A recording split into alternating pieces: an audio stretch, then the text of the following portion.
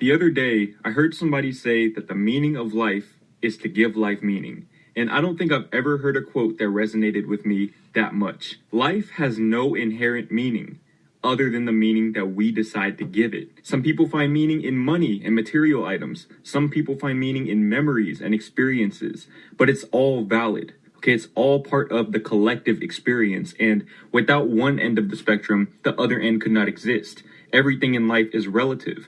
That's why the meaning of life is to give life meaning. All right. Hey everybody, I'm Seth Hawkins and welcome to the Seth Talks podcast. My guest today is a sophomore at Worcester Polytechnic Institute.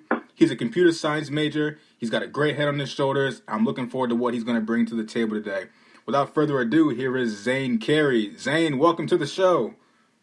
Thanks for having me, Seth. I'm glad to be here. Yes, sir. Hey, how was that introduction? Because I wanted to make sure it was right. I wanted to hype you up right. How was that intro? Oh, bro, it was great, bro. It was awesome. Yeah, absolutely. Sure. Man, how have you been as of late? I know this is our first time really having a conversation and interacting, but I want to know, how's the semester been for you, given that we're still in the pandemic and whatnot? How has life been treating you? Well, life's been pretty good, bro. Honestly, I don't have a lot of complaints, but semester has been a little challenging. Half of it, so far has been virtual. I was home for 2 weeks. So a lot of that is, you're learning how to manage your time, learning how to, create a work environment from home, which is not the easiest thing for a lot of people. But I'm on campus now, and so there were little complications with me moving in. We might get into that later, but yeah, I'm doing well, bro. I'm just trying to manage my time. Soccer's about to start back up, so I'm good, bro. Yeah. Yeah, I'm glad I'm not the only one that's had like a rough semester starting off. Like I had my wisdom teeth out like the first week of the semester. So for a week and a half, I was just out of it. And this was all four of my teeth. So I was just out of it. And then come like week 3, my professor was like, yeah, chapter 1 and 2 was due like on Sunday. I was like, due on Sunday? Like I thought it was due like a few weeks from now. They were like, no. So it's been a battle catching up. But I'm starting to get back to where I would like to be with school and everything. So it's like refreshing to know I'm not the only one that has struggles also. Yeah, man. I think the most challenging thing is just staying on top of things, like being ahead of the curve. And so that's all I'm trying to do. I always ask people that get their wisdom teeth taken out, just as a little side note. Did you take a video of it? No, I didn't. So I didn't get the laughing gas. I was against the laughing gas especially because my cousin was like, hey, look, don't be acting stupid when you get in my car and we're going home afterwards. So I was like, all right, I'm going to just get the gas that just puts me to sleep and I'm just drowsy. So I didn't get a video of it. I did take pictures of like my cheeks and stuff, but I deleted it because I was like, I look terrible. I looked so awful. And I couldn't eat no good food either. So like now I can actually have my diet again and start working out like I want to. So I'm doing good for, it's been 3 weeks. Okay. Yeah. But yeah. How has COVID really impacted you this past year? Because in March, we're going to approach 1 year of this pandemic really hitting us. How has it really impacted your schooling? It's a great question, bro. It's so hard to believe that it's been a year, like time has just flown by. But March and April, I really just kind of honed in on myself. After classes ended, I was like, I'm just going to devote the rest of quarantine to, bettering Zayn. And so that's literally what I did. I didn't have the most satisfactory season as a freshman. And so I'm very eager to prove myself, given that we didn't have a season in the fall. So I immediately started working out. Like, we bought a treadmill, put it in the garage, like set up a whole little thing in the garage. Got to give props to my dad for helping me, me and my brother set that up. But yeah, I started running a mile every day, started training really, like taking it seriously. And so then that kind of spiraled into a whole self-growth thing. You and I were texting about meditating, which I just started recently. And then I got into affirmations, listening to affirmations, and reading, and it's been great ever since. So yeah, that's my story. And then also my brother, younger brother, wanted to go pro. He's trying to go pro soccer right now. Mm-hmm. And so my dad found a couple professional camps around the country, and we drove to them. And I wasn't supposed to play initially, but then he was like, yeah, like as a surprise, yeah, Zane, like you're playing. And I was like, I'm down, I'm there. And so got in great shape, and we both played our hearts out, and it was surprisingly quarantine for me was kind of amazing. Yeah, that's awesome. Yeah. Not a lot of people get to say that, so I'm very blessed.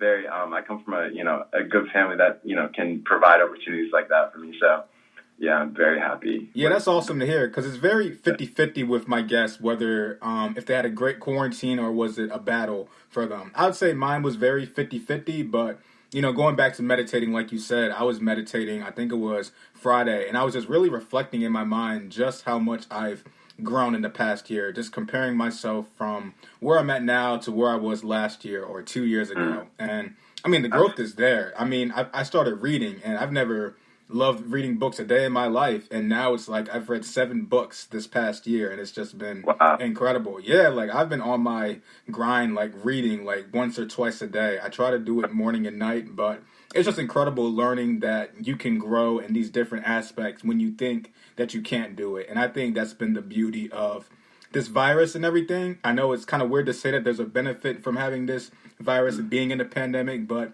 I'm seeing that people are really growing, and there's a lot of self-growth, and I think it's incredible just learning from different people how they grow. Absolutely, bro. Once you get out the circle of self-pity, you realize there's a whole world of just manifesting whatever you want, and that's really what's amazing. Yeah, exactly. And self-pity is very hard, especially for me, because I can be very critical of myself and very challenging of myself, but I always have to take a step back and look at, okay, today may have not been great, but how can I approach tomorrow? Am I going to wake up with the same mentality of, woe is me, or can I try something different or do something to really get myself up and drive myself to the goals that I want to achieve?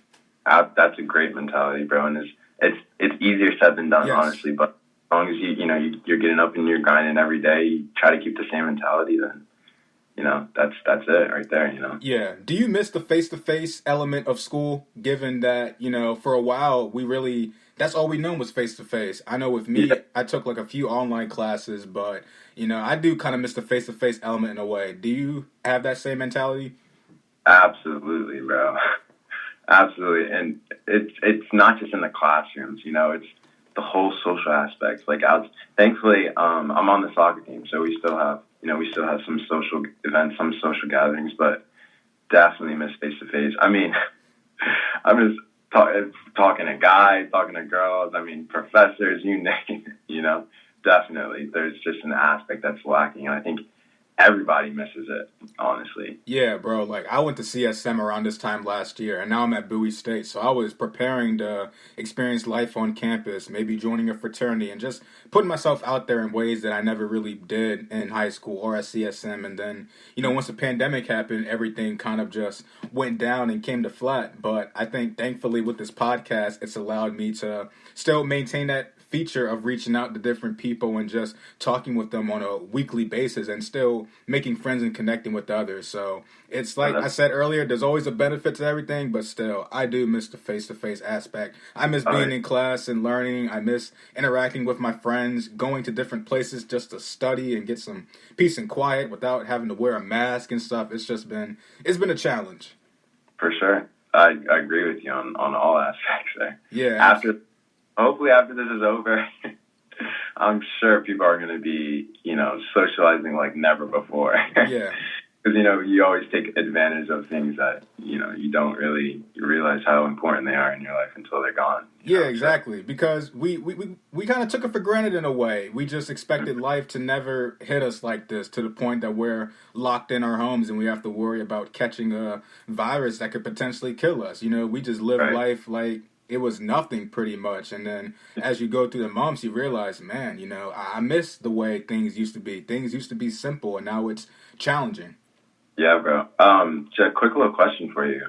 I recently got the vaccine. Thankfully, I had a family friend, and, I was able to get the vaccine through her. But I know there are a lot of people that are really scared of the vaccine. Like, I've heard rumors from, it messes up your DNA to, black people shouldn't get the DNA. Like, I'm just confused on where these rumors are coming from. What are your thoughts on the vaccine? So I'll be honest with you. The vaccine is a hard thing to really look at because everybody's experience is different.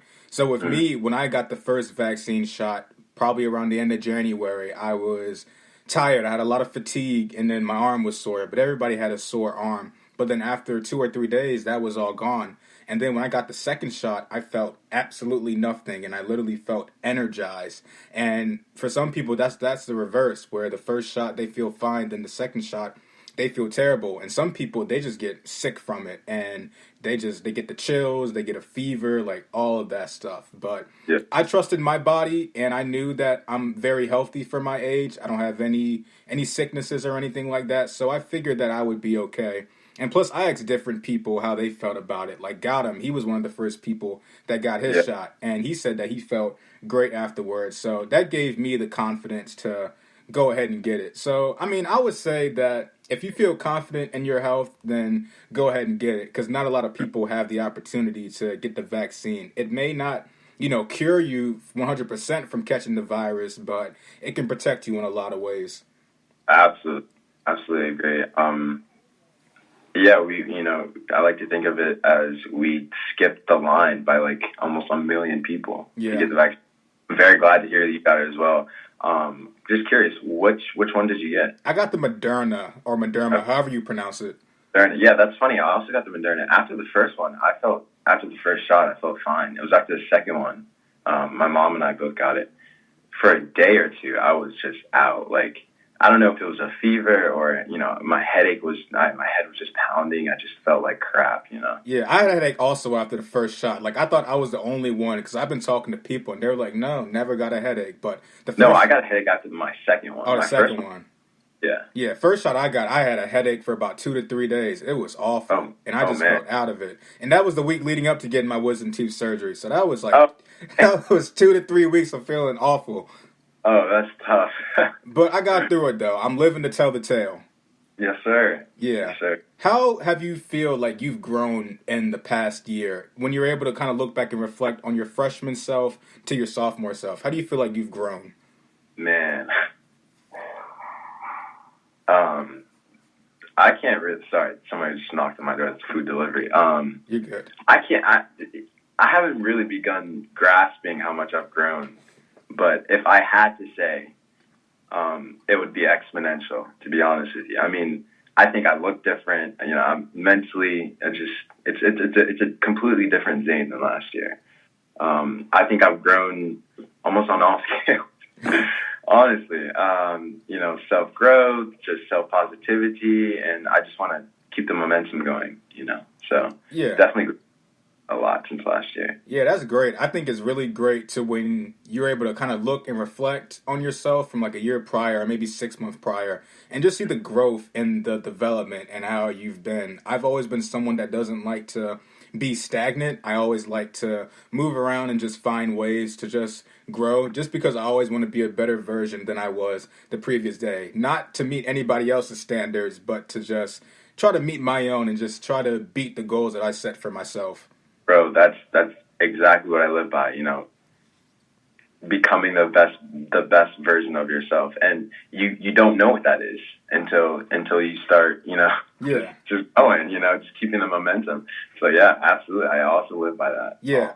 It was a struggle for me, because I always tried to live up to other people's standards, like family and what they wanted from me, or maybe what my friends wanted from me. And that was always a struggle, because it was always a case of, well, I don't really know who I am. Like, what should I really do for myself? And, once this pandemic happened and I was kind of, on my own, I didn't really meet up with my friends and cousins like I wanted to. It really forced me to sit down and just think to myself, like, all right, Sid, what do you want for yourself? Not what mom wants, not what your grandparents want. What do you want for yourself? And then once I figured that out, I just started achieving that. And then things got better with time. Like, I still have my struggles. We all have struggles as humans, but being able to have the optimism to know that tomorrow may be a better day, it just makes everything better. Absolutely agree. Something else you didn't mention, you pretty much hit the nail on the head when it came to just figuring out what you want for yourself, right? And then from there you can really grow and manifest what that is. But a lot of people don't acknowledge the social media aspect behind what you want. You're constantly scrolling, constantly comparing yourself, and not even realizing it. Subconsciously you're making all these comparisons between you and whoever it may be on your feed, and that's what you think you want. Yeah. Until you're off social media and you realize, whoa, I'm driven this way. This is what I want, right? And so that was also part of, my self-growth over the years, over the last year specifically, because I was on and off of social media, right? So I started with Instagram, and over the summer, I could tell there's just a difference in my aura, Mm-hmm. And so it was like I knew what I wanted, and I had an idea of how to go about it, right? And that's powerful. Nobody can take that away from you, So yeah, self-growth definitely had a lot to do with social media and just figuring out what I wanted, not what anybody else wanted, but what Zayn really wanted. So yeah. I'm glad you touched on that aspect of social media, because that was actually the next question or topic I was going to dive into, your decision to get off of social media. Would you say that was because of, the self-comparison to others really kind of holding you back in a lot of ways? Absolutely. So I briefly mentioned the subconscious comparisons that you're always making, constantly making. A lot of it also was, I watched a documentary called The Social Dilemma on Netflix. Anybody listening to this, you have to watch it. It's a must watch. I was burning to watch for the longest time, and then sometime last year, I think during my last semester, whatever, I finally sat down and I watched it, and I was captivated. Like I didn't move from my couch for the entire, duration of the documentary, and so it just kind of opened my eyes to not just the fact that our generation is suffering from, this social dilemma, but also social media is a business, bro. They're making money off of the monetizing off of what you like. So like they're tracking your feed, they see what you like, and they're putting personalized ads, customized ads on your feed that they know you're going to look at, right? And so they're tracking everything from, how long you're looking at a particular thing to, what your search, it goes on. So yeah, it just kind of turned me off, and in a good way, it resulted in the better of me and my self-growth. And so, yeah, that's a little bit of why I decided to get off social media. Yeah, you hit the nail right on the head when it comes to just your subconscious mind feeding into what everybody else is doing, and it really affects you mentally. Like, I had the same issue where I was always having this push and pull, this tug of war battle with, should I be on social media or should I just be off it? And then when you get off it, you don't really know what to do at that time, because you spend so much time, on Instagram, Facebook, Snapchat, Twitter. Like, you're consuming all of this information, and then once you get off it, it's almost like you don't know how to function and live your life. I would say that like a few of my friends, they took breaks off of social media. Like, got him before he was completely done with social media, he took breaks from it, and I took inspiration from that. And so I saw these other people doing it, and I said, okay, if they have the mental capacity to do it, then I'm going to do it for myself. And I deleted Twitter in November, and then Snapchat at the end of December, and then I used Facebook to keep in touch with family like we discussed when we were texting each other, and then Instagram to promote my podcast. But I think, when I get to that point where I feel confident in my podcast, that I know I have people listening, that I won't have to advertise it, I think I'll get off social media myself, because I take 5 to 6 days a week off of social media, and then maybe Saturday or Sunday I'll be on Instagram just to see what's going on. But I still have that schedule of, okay, let's read at this time, or let's write at this time, or maybe play some video games at this time. I'm still fulfilling my time throughout the day to do productive stuff, so that way I'm not on Instagram consuming so much information that my brain becomes overloaded with information. That's good, bro. Yeah, that's good. I could honestly go on and on about social media, because for the longest time I didn't realize all the little effects it was having on me and everyone around me, honestly. And like you said, it takes a little bit of you think you're risking it, which is the funny thing. By deleting it, you're like, oh God, I'm going to delete it. I'm going to be so, not in contact with anything that's going on. And then you realize, the people that really matter are going to reach out to you. Yeah, exactly. They have your number, you have theirs. If it really matters, you're going to, call them, face whatever.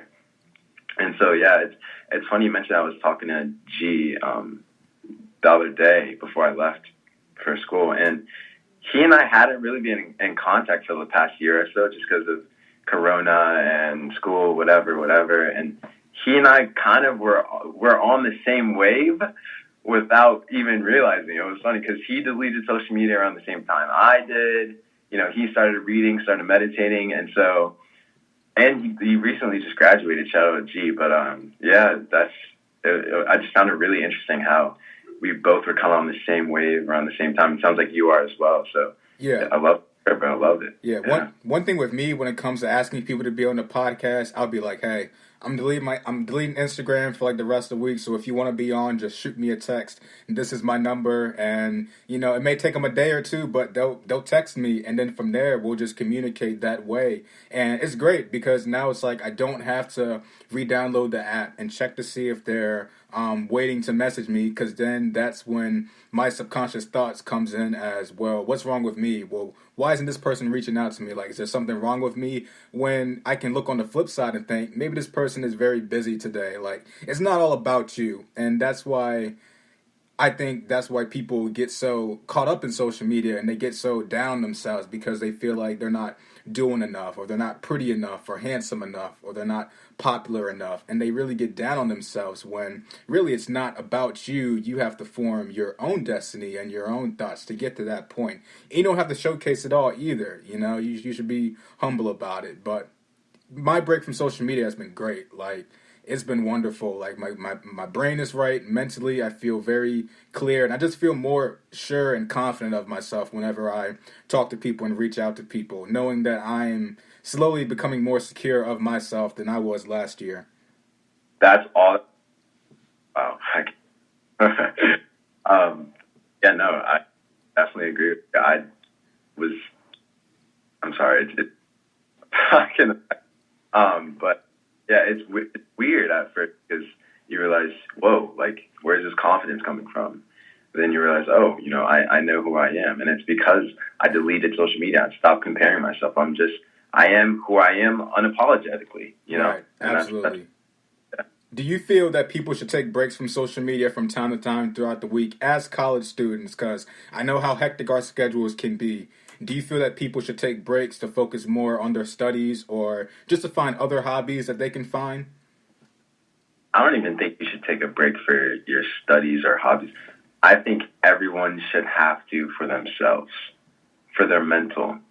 We make time for what's important, whether it's sports, whether it's school especially. But not enough people are just taking time to themselves, I think. And that's where you see, people with insecurities because they're constantly on social media, And so I think everybody should have to take a break all the time. Yeah. Yeah, I agree. Because like I said, you're consuming too much information. Like Wednesday, for example, I just dropped a book. I published a book, and I made thank you. And I made the announcement on Wednesday, and then I kind of reverted and went back to my old self where I'm constantly looking to see who's liking the picture, who's commenting on the picture. And I was like, wait a minute, I'm falling back into this trap again. And I overloaded my brain, and I was so tired, and I just felt so drained. Like, all of my energy was pouring into the advertising of this book, when I should have been taking the time to really pat myself on the back and congratulate myself. And I was able to pull it through from it, and then Thursday I felt better about it. But yeah, I think people should take breaks from social media, whether it's half of the week or just maybe find the courage to get off it and just truly experience life. I mean, it's hard to do in this world because everything is so fast-paced, but I think if we really slow down and just take a deep breath and take in our surroundings, we can become more sure of ourselves, more confident of ourselves, and we won't take things for granted. Yeah, that's well said. And it's props to you for, realizing you were in that rut and constantly, you fell back into the pattern of comparing yourself, but it's so easy to do it. I mean, it's literally so easy, and you don't even realize that it's going on when you're doing it, which is the scary thing. But yeah, dude, props to you for that. Absolutely. Yeah. And congrats on the book. That's huge. Thank you. This is my first time making the announcement on the podcast, so I'll probably give more details at the end of it. But I'm definitely proud of it. The grind never stops. It's like everything is adding towards my plate. I'm sorry, what'd you say? No, I'm saying everything is added towards my plate in terms of my schedule and everything. Always got to. What's the book about? It's a poetry series. Like I've been writing poetry since I was in high school, like Oh, senior really? year. And then when quarantine happened, I just started to take up writing again because for a while I just kind of stopped because I got just caught up with college and caught up on other things. So I picked it back up and I talked with my aunt and I said, "Hey, I have all these poems written. Like I know you publish books. Do you think we can turn this into a book?" And she was like, "Absolutely. Just email me all 60 of them and then we can get going." I said, "Oh, 60? That's going to take forever."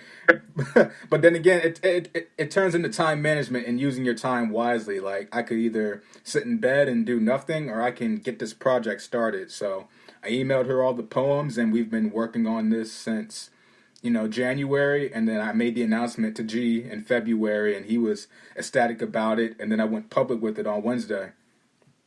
That's incredible news, bro.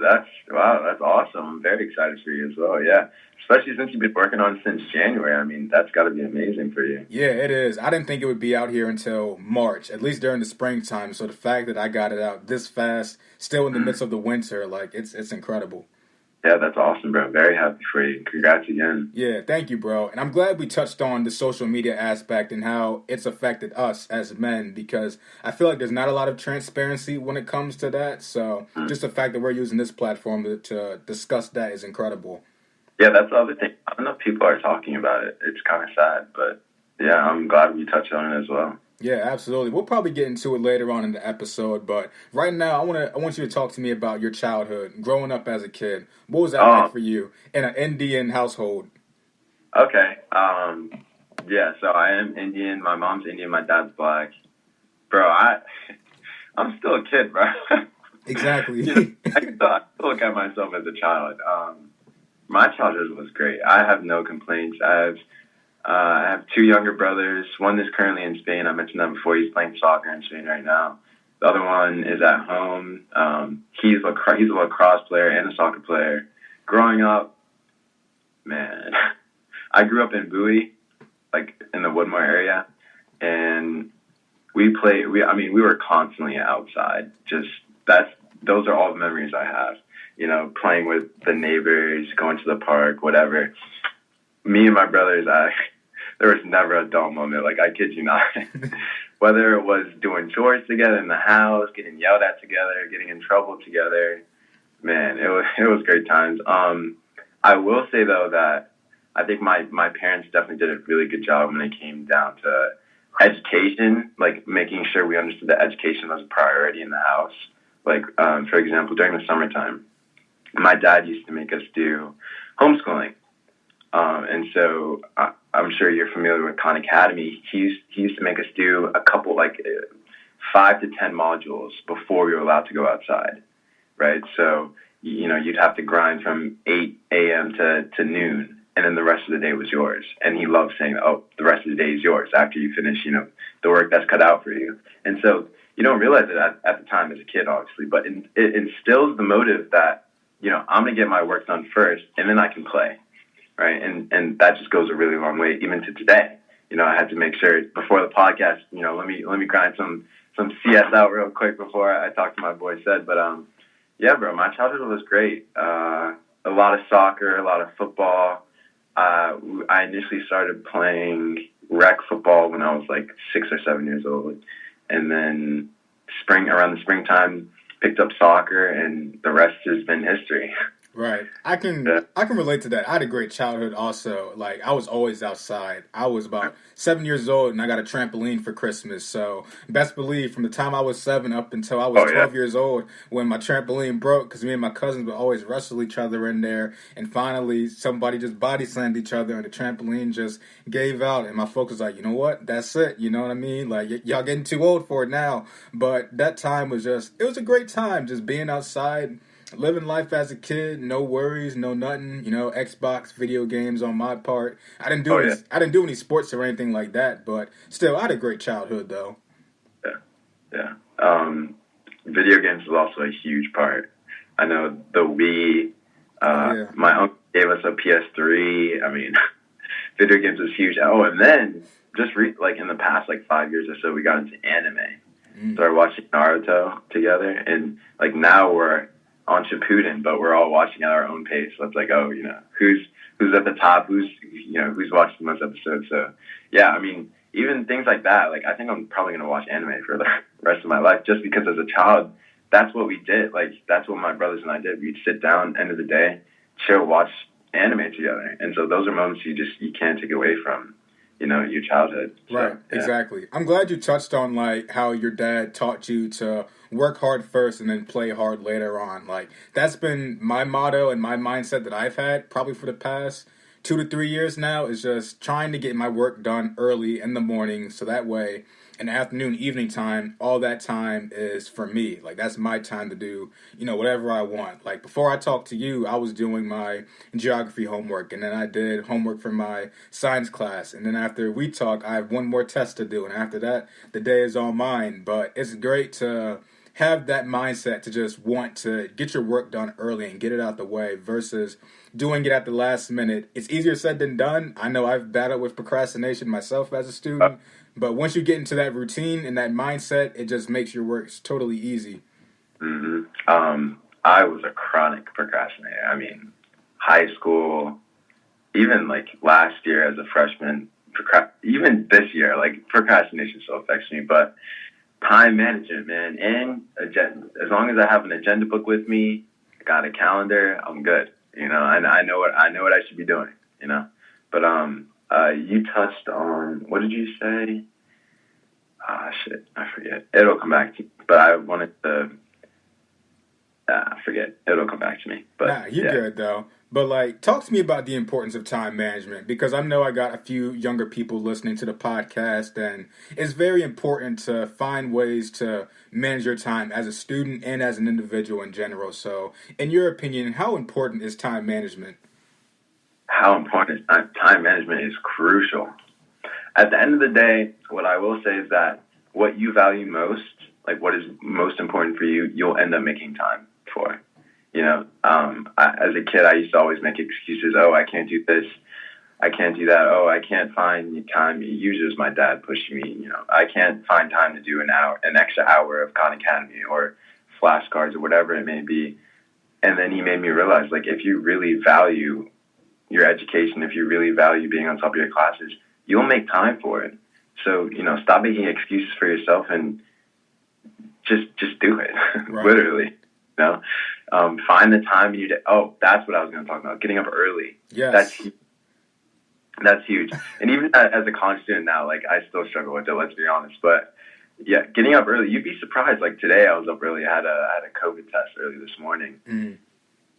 You get up around, 8 a.m., 9 a.m., and you're like, damn, like the rest of the day is mine. Right. Getting up, at noon, just in the nick of time for class. And, here you are linking it to time management again. You only have half the day, to really drill into your work before it's playtime, because your friends are going to want to go out and, want to do this, want to do that, but you haven't finished your work. You're going to say yes, of course. Exactly. But you haven't, that's because you didn't manage your time well, didn't get up early, didn't plan out your day the night before. So yeah, time management is huge. It still is, bro. Yeah, I've always been an early riser. Like in high school, I always was an early riser because I would always go to work with my grandfather on the weekends just because I was too young to get an actual part-time job here. So I would have to get up at 5 o'clock, and from there he'd pick me up at 5:30, and he owns a roofing company. So we would drive to DC, and we would do all these different jobs all throughout the day. And then sometimes we'd be getting home, it'd be dark outside. So literally, it trained me to prepare for school and, work life when I get older. So now I wake up early, whether it's like 5:30 or 6 o'clock, like I'm up doing schoolwork maybe for an hour, then I'll go and work out, maybe lift some weights, and I'll just eat breakfast. And then from there, it's 8 o'clock. So half my schoolwork is done. Now I'll go finish off the rest of it. Now it's like 9:30, 10 o'clock, I may have a class, but my day is pretty much done. So I can chill out for about, 4 to 5 hours before I go into work. So it's just a really great benefit learning to just wake up early and just tackle your day. Because once you tackle it, you'll get that time to yourself where you want to value the things that you want to do. But first you have to address what you need to do. Absolutely. That's, again, well said. I mean, it's it's still taking me a while to figure out Yeah. a lot. It's getting up early, and props to you for 5:30. I mean, I heard that and I was about to cry for you, bro. Yeah, bro, the weekends are deadly because I'll get up, it's 5:30. I'm like, don't do it. Don't get up. Go to sleep for another hour. And I'll go to sleep for like an hour, get up, it's 6:45. I'm like, you know what? Screw it. I'm getting up. Most people my age, they're in the bed till like 9 o'clock. Like, I'm a different breed. No doubt about it, bro. I'm not like Yeah. I remember high school. Getting up for high school was a struggle for me. Getting up at 6:30, even 7. 7 was cutting it close. But yeah, get 5:30. The rest of the day is yours. Yeah. Well, you know what? I've never touched on this like publicly, but like when I was in high school, I lived in North Beach, so I was supposed to go to Northern High School, but I didn't want to go to Northern. I wanted to go to Huntingtown, so I would get up at 5 in the morning, and then me and my mom, we'd be out the door at 5:20, close to 5:30, driving to my grandparents' house. I get there at 5:45, 5:50. I'm eating breakfast, trying to get everything situated. I gotta be at the bus stop by 6:30 so I can catch the bus. So from there, that's my school day, and I get home. It's like 2:45, and then I go back home, do homework, and I got to go to bed at 8 o'clock. I have to go to bed early so I can, prepare to get up early. Like, I don't have time to stay up at night. So I think At 8 o'clock? Yeah, 8 o'clock at night. Sometimes at 9 o'clock at night, I would be in bed. Wow. And I'm like 15, 16 years old. Most kids my age, they're up until like the wee hours of the morning. Me, I'm sleeping. Dude, I'm trying to get on that schedule. Yeah, that's why I still have that schedule today, I think. So, yeah. What time do you usually go to sleep? Usually go to bed now at 9:30, sometimes 10. Recently, I've been going to bed at 11, but it's like my body clock, I'm still getting up at 5:30, so I'm only getting 6 hours of sleep, but I still feel energized throughout the day. And I take naps. Naps are definitely A1. Oh, yeah, for sure. But when you fall into that, what is it called, the natural circadian rhythm or whatever, it just becomes easier for you to, fall asleep at a certain time, get up at a certain time. So definitely trying to do better about that. That'll definitely help when it comes in terms of time management and just, getting stuff done before I want to play, Yeah, exactly. So I was listening to an interview. It wasn't an interview by Steve Harvey. It was like a motivational speech. And he was just like, you got to get up early. You got to rise up early. In L.A., I'm getting up at 5 o'clock. Over in New York, it's 8 o'clock. The stock markets are already going. Like, what are you doing still being in bed? Like, get up. And then when I heard that for the first time, I was like, man, that really inspired me, even as a college student, because it's very discouraging, especially when you go through so much with the assignments and everything. Then you have other stuff on your mind also. So it can be discouraging. But, finding that direction, finding something that forces you to get out of bed and tackle whatever you have to do, it makes things more better as soon as you get it done. Absolutely. I mean, time management falls into the same category as self-growth for me. Right. Because, still working on. But, yeah, I mean, you hit it on the head. Yeah. I was going to say... Oh, in college. Oh, are you living on campus? No, I'm living at home. Okay. Being at home probably helps a little bit, but on campus, you're tempted, late nights, stay up with friends, to, like you said, the earlies of the morning, and that definitely does not help the natural rhythm of just trying to get in the schedule of going to bed early, getting up early. But yeah, I'm getting there.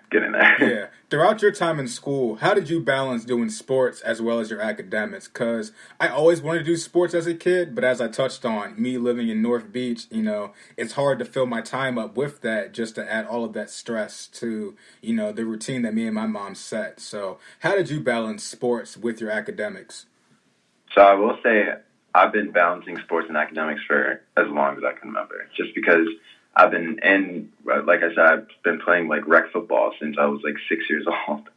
So it's always been a balance for me. And so as I got older, I learned how to just manage my time better. And so whether it was doing homework in the car on the way to practice or, saying, I got to get this done before I go to sleep. So, whatever it takes, I'm going to be up until I finish it.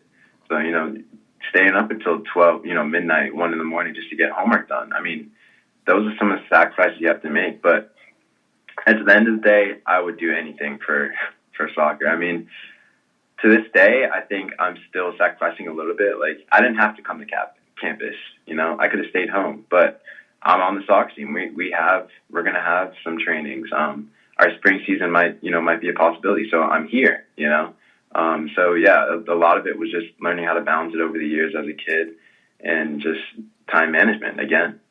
Yeah, absolutely. And it goes back to what you said also, where you said that you'll value what's most important to you. And I had to figure that out myself when my podcast was growing, because in the fall semester, I realized school was picking back up, and I didn't want to take a break from podcasting because I really loved doing it in the summer. So I just had to find a way to balance out each thing out so I can focus on my schoolwork while also giving time to my podcast, while also finding time to write poetry and write, the way I want to. And it's just, you want to do all these different things, but you have to make that sacrifice to find out what you really want to do first before you give your priorities to every other thing. Because you can't do everything at once. That would just stress you out and drive you crazy.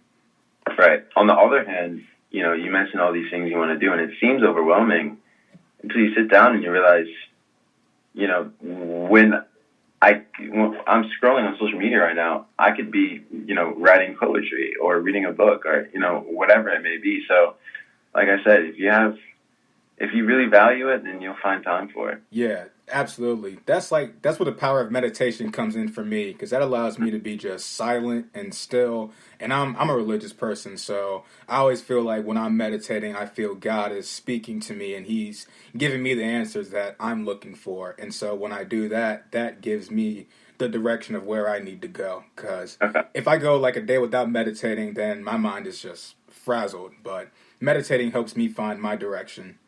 Yeah, it's funny you mentioned that. I'm not my family isn't very religious, but I still feel as though there's something about meditating that is grounding, and like I just recently started, but I found like the past 2 days I didn't meditate just because school, doing work, whatever it was, but I didn't find time for it. Today I finally sat down and I meditated, and here again I have this clarity, and it's undescribable, honestly. And so I love meditating, bro. Yeah, I don't know. I love it too. Like, I found meditating my freshman year of college because I had a hard time adjusting to everything. So I started going to therapy, and then my therapist recommended, meditation, like grounding yourself. So I downloaded the Calm app, and I just started listening to like these different sessions every day. And I was just like, man, this is incredible. Oh, the Calm app. Yeah, Calm. Oh, you could use it for meditating, though. Yeah, they have like a bunch of like exercises and stuff. They've kind of blown up in the past year and a half, so now they have sleep stories and meditation exercises, and they have all these different things, and it's like great. They even have things to like calm you down when you feel angry and whatnot. So, oh, really? Yeah, it's a really good app. You have to pay I paid like $67 a year for it, so in a few days they're going to be taking $67 out of my account, which I'm going to hate, but I love the app. Like, it's saved my life in a lot of ways. Oh, wow. Well, then in that case, I mean, $67 is nothing. You can't really put a cap on that if it's that beneficial for you. I was going to say, as of right now, I literally just sit down and just clear my head, focus on my breathing, and that's how I meditate. And I meant to ask you, how long have you been? You said you started meditating freshman year, right? Yeah. Have you found it? I'm sure you have. Like, you're just able to focus more on clearing your head as as you get better at it. Yeah, I do. When I really focus and ground myself, and you really have to like focus. And meditation, it isn't all about focus. Like, you can meditate and still have a lot of things on your mind, but when you try to focus on the breath, then ground yourself where you're at. I usually do it in my room, in my bed, but when you really just focus on where you're at, it brings a peaceful, calming spirit within you. And then once you're done with the session, you can either, get up and go back to your day, or you can still just sit in silence. Usually I'll sit in silence, and then that leads into my nap. But as soon as I get back up, I just feel more clear, more confident in myself and what I'm doing. And sometimes I don't feel that way, and that's when I try to do something else out. And that's when I'll take walks outside, or I'll just try to sit outside, or maybe go for a drive and try to just clear my head. Like, there's always different alternatives you can use to clear your head, but meditation is definitely the way I go for me. Yeah, for me, it presents, like I said before, a clarity of mind. Like I'm able to think in one thought. You know, oftentimes you have so much going on, you don't realize maybe I should just sit down and not do anything. Right, exactly. I listen to this one guy named Arlen Moore. He has a podcast on Spotify. Not to I probably shouldn't have shouted that out. Anyway, no, you're good. He said, we're so focused on doing that we never just sit down and do nothing. Right, exactly. It sounds so simple, so stupid, but it works. And honestly, I'm thankful that I found it this year because I don't know what I'd do without it. Yeah, like my mom and I were talking about that the other day, where it's like in America, we prioritize productivity and staying busy and working. Like us Americans in higher positions, they don't care about time off or requesting time off. They want you to do your job. Meanwhile, in other countries, they prioritize rest. Like I think in England, they have, tea time, which is time to just sit down and just reflect. I think President Eisenhower also, like, he took naps while he was the president. So rest is definitely key throughout the day. I really wish that was something that we prioritize here in the States, just prioritizing rest. Like, if there was, like, a certain time, maybe, like, from 11:30 to 12:30 or from, like, 12 to 1, where everybody in America just took a nap, I think we could all benefit from it. I'm serious. I'm definitely down for that. Yeah, absolutely. I know earlier we touched on books. What's your favorite genre of books that you like to read? Oh, man. So I'm going to be honest, I haven't read a book in a while. However, I do have a lot of self-growth books written down, like to read. But I'll flip it over to you. What's your favorite kind of book to I like self-help books too, like growth books, stuff that encourage you to, stay on your purpose, gives you direction. I like fiction novels also. Like just recently, like I was in bed literally meditating and I remember a book I read in 6th grade and then we watched the movie and one of the scenes like played in my mind. I was like, man, what's that book called? And so I Googled it and I was like, oh. So I bought the book again and I read it. And I didn't realize they had a sequel to it. So I bought that book and finished it. And it was a really good story. Like, I loved it a lot. So I like the self-help and growth books. Yeah, reading is also another habit I'm trying to, pick back up on. But I'm pretty sure the last book I read might have been a year or two ago. It was a biography of a soccer player from Bermuda, actually. Mm-hmm. But yeah. That's what's up. Shifting gears from that, talk to me about your time at Huntingtown High. A lot of people, they have, I guess, different views on how their time in high school was. How would you chalk up your time in high school? High school, it was fun. I'm not gonna lie. Huntingtown is, a great school. Definitely glad I went there. Like, I'm still in touch with a lot of friends I have there. Just like when I go back home, that's the go-to group. But in terms of Zayn, how was Zayn in Huntingtown? Not in his prime. Definitely not. Which is normal, But I think it took me too long to realize I was in a rut when I was at Huntingtown. And so it's not like it was Huntingtown's fault. It's nothing to do with the school. It's just me and how I dealt with just high school in general, I guess, just discovering myself, whatever it was. But Huntingtown was a good school. I'm thankful for the connections I have, definitely. But I'm glad to have it to look back on as, I've grown from that. Yes, same here. I enjoyed my time at Huntingtown, especially with the different people that I interacted with, the teachers and mentors that really helped me, develop as a student. But SED in high school is completely different from the SED you're talking to now. Yeah. Like, internally, I was very insecure about myself, and sometimes I would be in ruts, and it would take myself a very long time to get out of those ruts because I felt so, out of place and out of element from the people that were around me. Whereas externally, I probably appeared confident when I was walking through those halls, but I was not. Like, I felt like I didn't deserve to be around anybody. Like G, for example, we keep name dropping G. We gotta have him on as like a 3-way one day. That'd be awesome. Yeah. Yeah, but junior year we had driver's ed together, and I looked at him as like one of the popular kids because he was in that very high social group in our grade. So I was like, like what am I doing sitting here talking with him? Like I'm not on his level. Like maybe I don't deserve to really talk to him that way. But we hit it off great in driver's ed, and even though that was only for like a month, like he became one of my good friends, like just from that experience. So I had that potential in me to hang out with different groups, but I just never believed in myself. It's like you said, I wasn't in my prime then as I'm in now. Maybe I'm in my prime now. I don't know. Yeah,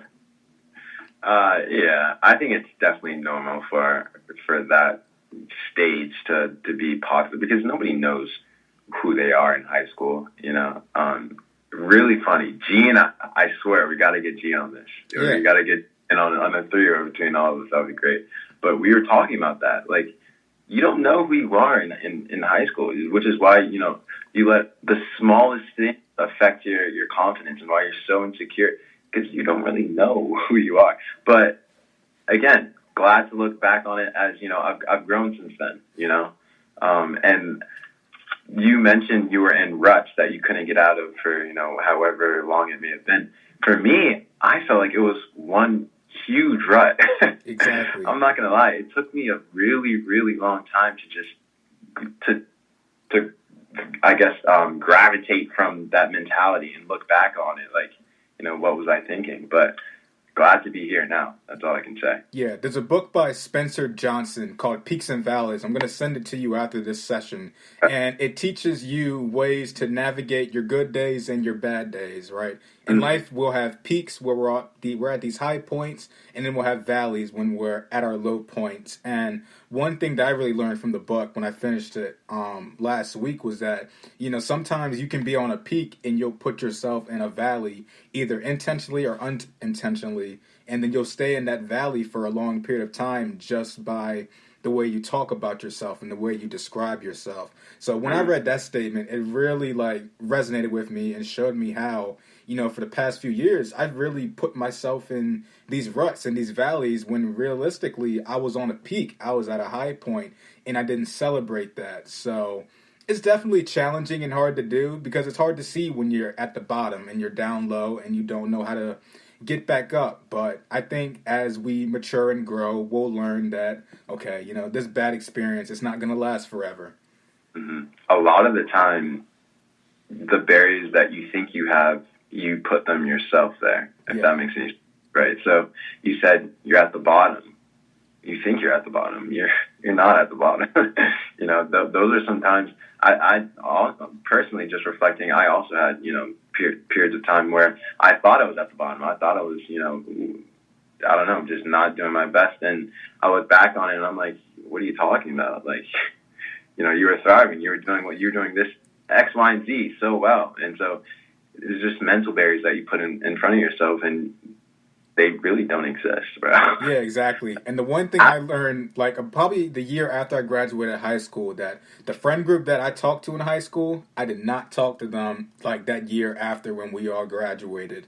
And it created a situation where I thought, oh, well, maybe something was wrong with me. Maybe I did something to offend them. When, in hindsight, looking back at it, we all just grew apart and we went our separate ways and we no longer had the same views and thoughts or ideals. So as me as an individual, I think differently from, how they think and how they approach life.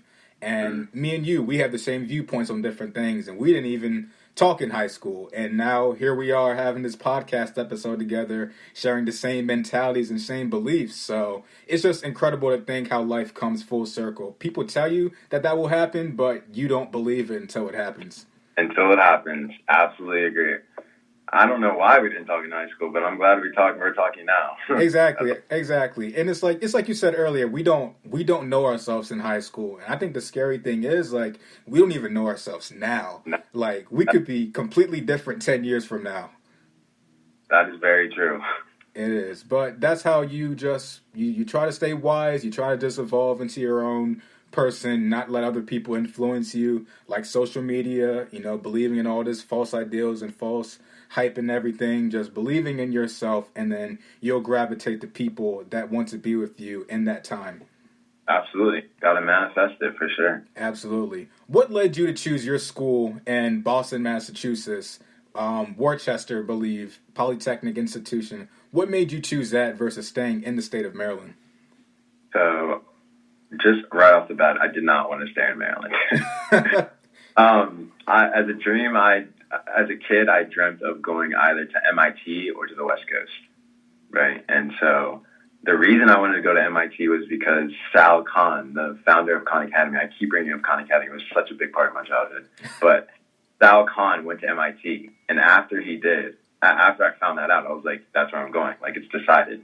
Nobody could tell me anything else. Like, nothing was going to change my mind. And so finally, when the time came, I realized, wait, I'm good enough at soccer and I have good enough grades. I can make this happen. So, my dad and I drove up to MIT for the soccer camp. There's a funny story behind that, which I'll get into later. But Dad and I drove up to MIT for the soccer camp, and I impressed the coach, and I didn't have high enough SAT score, unfortunately, to get into MIT. But what ended up happening was the head coach at MIT referred me to coach here at WPI. He said, you know what, this kid is good. Like, he has what it takes to be on the team. But realistically speaking, his SAT score is just not high enough. GPA is good. SAT is just not there. WPI doesn't have an SAT requirement. So I got in here, and naturally it was a good fit. They're a STEM school. They have a great CS program, which is what I wanted to do. I knew that's what I wanted to do since before high school. So it was just a great fit for me. And then if you allow me, I'll get into the story of how I convinced the MIT coach to let me at the camp. Go ahead. I'm interested. All right, awesome. So the first time I saw him was the summer of my junior year at a larger, what they call an ID camp, where there are a whole lot of different coaches from, all over the country, all recruiting kids from one camp pretty much. And so played my ass off at the camp, saw that he was coming, and immediately I didn't hesitate to, go talk to him, and I told him I was interested. And that same day, he watched me play a couple games, and, he liked what he saw. He was impressed. So from there, he invited me to go to MIT and play at the camp. But like the chronic procrastinator that I waited too long to register. So I remember this like the back of my head. The day before, I was like, you know what? I need to be here. Like, I'm not going to let this, separate me from my dream of going to MIT. So I found his number on some website, and I called this guy like 20 times. I kid you not, I called him 20 times. Left him like all kinds of voicemails, and then he picked up. He finally picked up, and I was like, Coach Bovell, that's his name. Coach Bovell, is this you? And he was like, yeah. I was like, yeah, I'm sorry, I waited too long to register for the camp, but I have the check. I can bring it with me because there's, some check, there's some money associated with the camp. And he initially said no. He said no. I kept pushing, and he said yes. And I was like, no way. Like, made it happen, and that was the best day of my life. I just remember being so happy, like, I finally did it. Like, I can do it now, And so drove to MIT, and then to hear that my score wasn't high enough was heartbreaking. I was devastated. And I remember him introducing me to, my head coach now at WPI, and I was just not having it. I was not happy at all. You could tell my attitude, my head was down. I was just not happy at all, but I made the best of the situation, and here I am now. So, yeah, that's how I forgot how we got to that, but yeah, that's why I'm here at WPI. That's cool. I mean, kudos for you to taking that initiative to just constantly call the coach to drop the check off. And not only that, but get a tryout and just get the opportunity to go ahead and, do that. Like, not a lot of people will do that. I know for certain at my age, at that point, if I was 17, 18, I would not do that. I'd probably call the coach up, but if I realized that I didn't have a chance, I probably would have just given up. But that's just the power of not taking no as an answer, constantly just knocking on that door, trying to bang it down until that door comes down and the opportunity is right there. Yeah, that's not taking no as an answer. That's huge. my it's really funny you say that. My dad says that all the time. Like it's burned in my memory. So that was probably a big part of why I wasn't going to take no as an answer, other than just my dream was just going to MIT. So, yeah, But that sucks about the SAT scores, and I've always hated that, where colleges and schools, they just judge you on your SAT scores. They judge you by one test, taking one time during your entire school year, but they don't judge you and critique you on your grade point average and the grades that you got all throughout your years in high school. I never understood that. I still don't understand it. Nobody ever takes into account the people that just aren't built for standardized testing. Exactly. Like, I'm a terrible test taker. Like, after this, I have to take a test in front of a webcam. Whereas before, I didn't have to do that. I would just take the test and I'd have my notes right there and I'd be acing the test. Now my professor wants us to pre-record us taking the test just to see if we're going to cheat. And it's like, man, I got to put up with this again. Like, I hate standardized testing with a passion. You broke up for a second there. Oh. You broke up for a second there. Can you hear me now? Yeah, you're good. Yeah, I was just like, I hate standardized testing because they want to critique me on this stuff, and I didn't agree with it. Yeah, that's tough. You're taking a test in front of a webcam. Wow. I knew that there's some business that some schools hire to like actually monitor you, but your teacher's actually going to monitor every single student taking the test. I don't know because it's pre-recorded. Like, I highly doubt he's going to sit there for over an hour, because we have an hour to take the test. I highly doubt he's going to sit there and just watch the entire thing. If he does, and he has so much time on his hands, then I don't know what to do. It's just, I don't agree with it. I can't even have my notes to help me out. That's a bit of good luck to you, though. Good luck on that. Yeah, absolutely. See, it goes back to the peaks and valleys and overcoming these hurdles. Like, this is a hurdle that I'm going to have to overcome. Instead of having to, why me? Like, why is this always happening to me? I'm going to just take the challenge and try my best. Yes, sir. That's what it's about. Yeah. But how would you describe your first year at WPI? Given that it got cut down short because of COVID, what were some of the things that you learned during your time there? Good question. My first year actually did not get cut short because of COVID.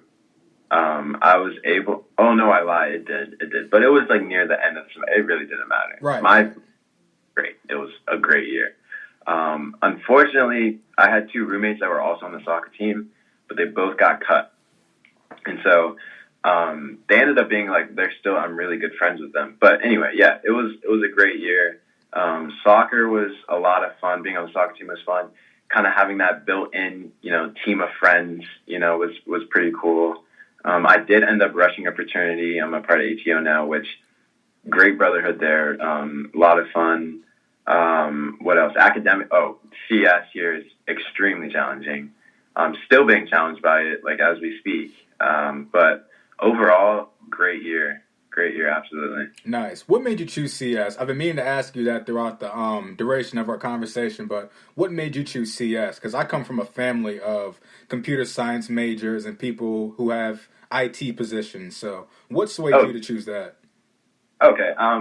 Interesting you said that. I didn't know that. But yeah, when I was a kid, I don't know what it was about programming. It was just, I had a calling to it, and so 5th or 6th grade, I taught myself how to code through some website, like how to code or whatever it was. And from there, I just kind of fell in love with it, to be honest with you. I learned HTML, learned a couple languages, and I started taking AP classes at Huntingtown.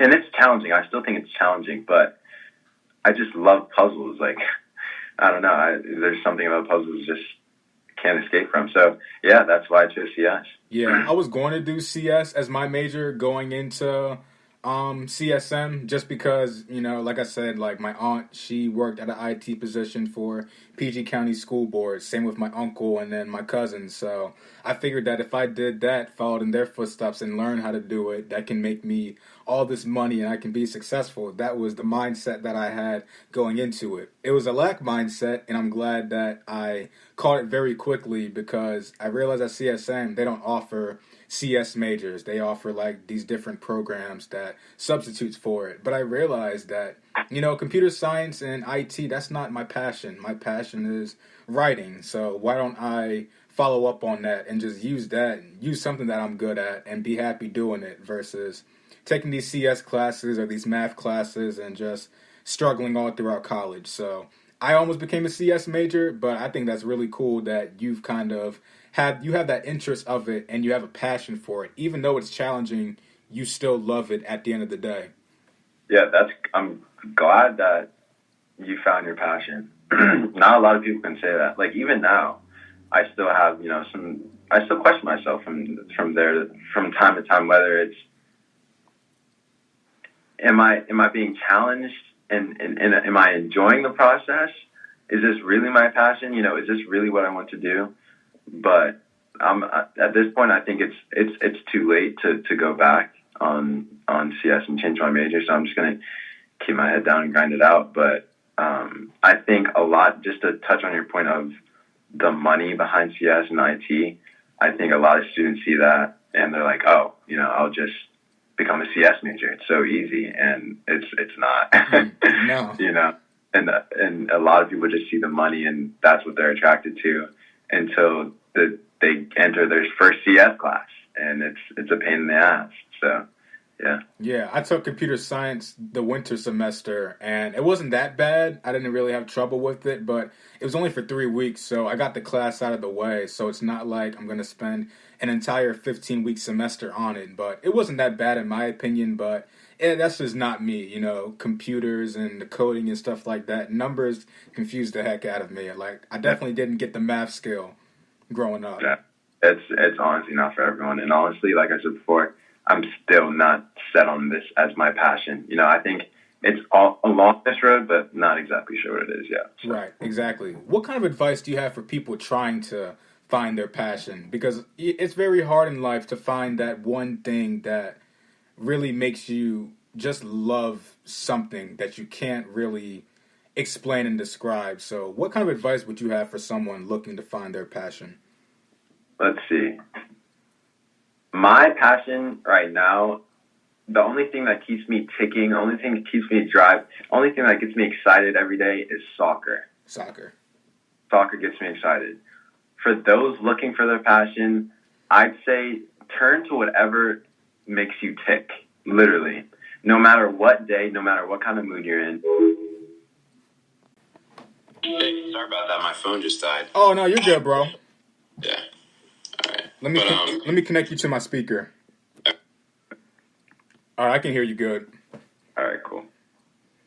Yeah, so I was talking about finding your passion. Yeah. I was just saying, whatever makes you tick, like, hate toward. That's what my advice is. Yeah, I agree with you. And I think that comes with introspection also, finding ways to just really think about what you love in life, what you really want to do. Like, I realized that I love working with kids from working at a daycare. And so now I'm going into education. And I also battle those thoughts also of, do I really want to do this for my whole life? Working with children, do I really want that to drain my energy? But, I love it. I just love working with kids and feeding off their energy when they want to act right. And so it's something that I like to do. But I'm constantly chasing that one thing to make me happy. Right. Yeah, that's what it's about. If it makes you happy, that's it. Yeah, absolutely. What comes next for Zayn in his life? What are the things that you are looking to achieve as the months go on? As the month goes on, I'm looking to meditate way more. I think between meditation and time management, those are two things that really going to hone in on for the rest of the year. I'm going to stay off of social media for as long as I can. Thinking about actually deleting my accounts. As of right now, I've just deleted, the actual apps. But, maybe I'll get to the point where I'm ready to delete my accounts, which will be a great thing for me, I think. What else? I think continuing my training. I'm training a lot now on my own, just because of quarantine and social distancing and whatever. But yeah, that's a little. Internship. I've been applying to a lot of internships. As a sophomore, I know it's still kind of challenging to find one, but I'm in contact with a lot of different companies, so hopefully this summer I'll be busy. Yeah, nice. You know, I'm looking to get my 100th episode by next September. So, oh, that's awesome. I think I'll get there. You know, I'm pretty close to getting 80 episodes right now, so I'm just grinding with that. I still want to read and write, maybe drop another book later on in the year. You know, who knows what's going to come next, but, you know, just staying on my purpose. That's all I want to do. Yes, sir. Same here. Yep. And my final question to you before I go ahead and let you go is, if you could offer a piece of advice to yourself from, let's say, 3 to 5 years ago, what would you say to that old Zane? What would I say to old Zane? Stop being afraid to be yourself. That's what I would tell Zane. Yeah. That's it.